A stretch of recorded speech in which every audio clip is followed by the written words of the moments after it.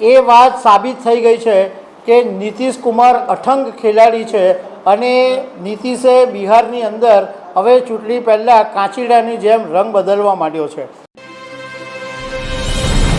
બિહારમાં વિધાનસભાની ચૂંટણી પંચે તારીખ જાહેર કરી દીધી છે। 6 નવેમ્બર અને 11 નવેમ્બર એમ 2 તબક્કામાં ચૂંટણી થવાની છે અને 14 નવેમ્બરના દિવસે બિહાર વિધાનસભા ચૂંટણીના પરિણામો આવવાના છે। હવે બિહારનું રાજકારણ બહુ જ ખતરનાક અને અટપટું છે।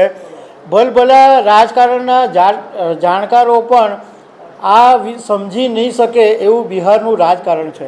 છેલ્લા ઘણા સમયથી એવું કહેવામાં આવતું હતું કે નીતિશ કુમારની ઇમેજ છે એ બિહારની અંદર ઘટી રહી છે અને કદાચ આ વખતે જેડીયુને ફટકો પડે એવા બધા સમાચારો સામે આવતા હતા, પરંતુ હવે એ વાત સાબિત થઈ ગઈ છે કે નીતિશ કુમાર અઠંગ ખેલાડી છે અને નીતિશે બિહારની અંદર હવે ચૂંટણી પહેલાં કાંચીડાની જેમ રંગ બદલવા માંડ્યો છે। તો આના વિશે હું તમારી સાથે વાત કરીશ। મારું નામ રાજેશ શાહ છે અને તમે જોઈ રહ્યા છો ગુજરાતના સૌથી મોટા ડિજિટલ ન્યૂઝ પ્લેટફોર્મ ખબર છે.com।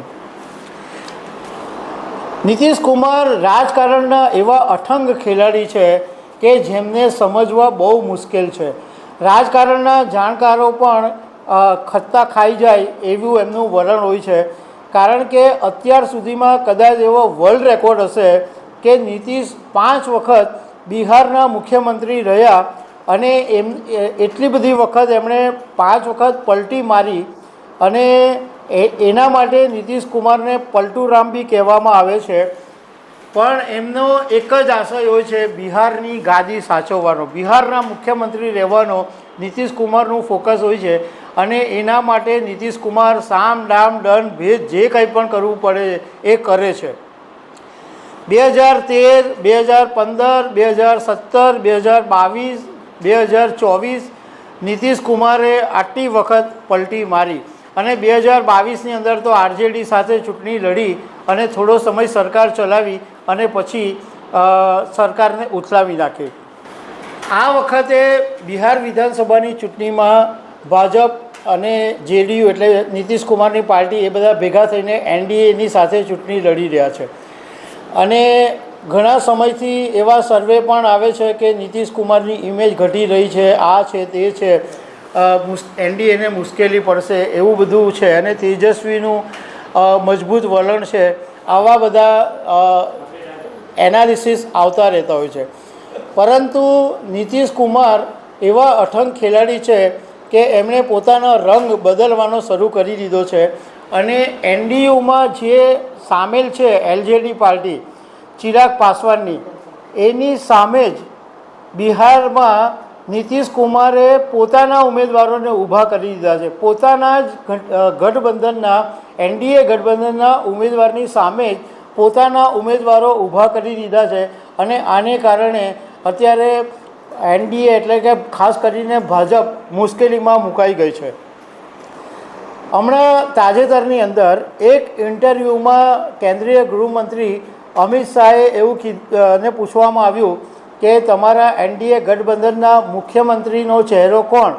તો કેન્દ્રીય ગૃહમંત્રી અમિત શાહે એવું કીધું કે અમે ચૂંટણીમાં જીત્યા પછી અમારા ઉમેદવારને નક્કી કરીશું। એની સામે બિહારમાં જે મહાગઠબંધન છે એમણે પોતાનો ચહેરો મુખ્યમંત્રી તરીકેનો જાહેર કરી દીધો છે અને આરજેડી નેતા તેજસ્વી યાદવને મુખ્યમંત્રીના ચહેરા તરીકે પ્રોજેક્ટ કરી દીધો છે અને એક ડેપ્યુટી સીએમનો ચહેરો પણ મહાગઠબંધનને જાહેર કરી દીધો છે મુકેશ સાહની નામથી। તો અમિત શાહે જ્યારે આ વાત કરી કે અમે જીત્યા પછી મુખ્યમંત્રીનો ચહેરો જાહેર કરીશું, એને કારણે મોટી બબાલ ઊભી થઈ ગઈ છે, કારણ કે અત્યાર સુધીની ચૂંટણીમાં ભારતીય જનતા પાર્ટી પહેલેથી નીતિશ કુમારને મુખ્યમંત્રીનો ચહેરો જાહેર કરી દેતા હતા, પરંતુ આ વખતે નીતિશનો ચહેરો જાહેર નહીં કર્યો, એને કારણે બહુ બબાલ ઊભી થઈ ગઈ છે। હવે ચિરાગ પાસવાન ભલે એનડીએમાં છે, પરંતુ એમણે છેલ્લા ઘણા સમયથી નીતિશ કુમારની સામે, નીતિશ કુમારની વિરુદ્ધમાં જાહેર મંચ ઉપરથી ઘણી બધી વાત કરી છે અને બિહાર સરકારની ઝાટકડી બી કાઢી છે. હવે અત્યારે નીતિશ કુમાર ચિરાગ પાસવાનની સામે દાવ એટલા માટે લઈ રહ્યા છે કે 2020ની બિહાર વિધાનસભાની અંદર ચિરાગ પાસવાને એનડીએથી અલગ થઈને પોતે સ્વતંત્ર ચૂંટણી લડી હતી અને 137 સીટો પર પોતાના ઉમેદવારો ઊભા રાખેલા હતા. એમાં મોટાભાગના જે ઉમેદવારો હતા એ નીતિશ કુમારની પાર્ટી જેડીયુની સામે હતા. એટલે જેડીયુને આને કારણે પોતાની જે 71 સીટ જેડીયુ જીતતી હતી એ ઘટીને 43 થઈ ગઈ. એટલે એ પછી ચિરાગને ફરીથી એનડીએમાં લાવવામાં આવ્યા, પરંતુ જે ચિરાગે નુકસાન પહોંચાડેલું હતું અને હમણાં બિહાર વિધાનસભાની ચૂંટણી પહેલાં જે પ્રમાણે ચિરાગ નીતિશ કુમારની સામે પડી રહ્યા છે એનો બદલો, એનો દાવ લેવાનો નીતિશ કુમારે શરૂ કરી દીધો છે. અને નીતિશ કુમાર હજુ પણ કંઈક ને કંઈક મોટા ખેલ કરશે. કેટલાક રાજકારણના જાણકારોનું કહેવું એમ છે કે નીતિશ કુમારે અંદર ખાનેથી લાલુ પ્રસાદ યાદવની સાથે ગઠબંધન કરી લીધું છે અને લાલુ પ્રસાદની સાથે તડજોડ કરી નાખ્યું છે. મતલબમાં નીતિશ અને લાલુ ફરીથી ભેગા થઈ રહ્યા છે એવું કેટલાક જાણકારોનું કહેવું છે.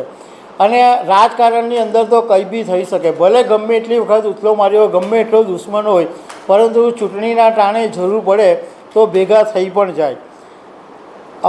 નીતિશ કુમારને બિહારમાં એવો ડર બી છે કે જેવી રીતના મહારાષ્ટ્રની અંદર એકનાથ શિંદેની સાથે જે પ્રમાણે ભાજપે કર્યું કે આખું પહેલી વખત સીએમ બનાવ્યા, પણ જ્યારે ચૂંટણી આવી ત્યારે ફડણવીસને સીએમ બનાવી દીધા અને એકનાથ શિંદેને સાઈડ પર ધકેલી દીધા.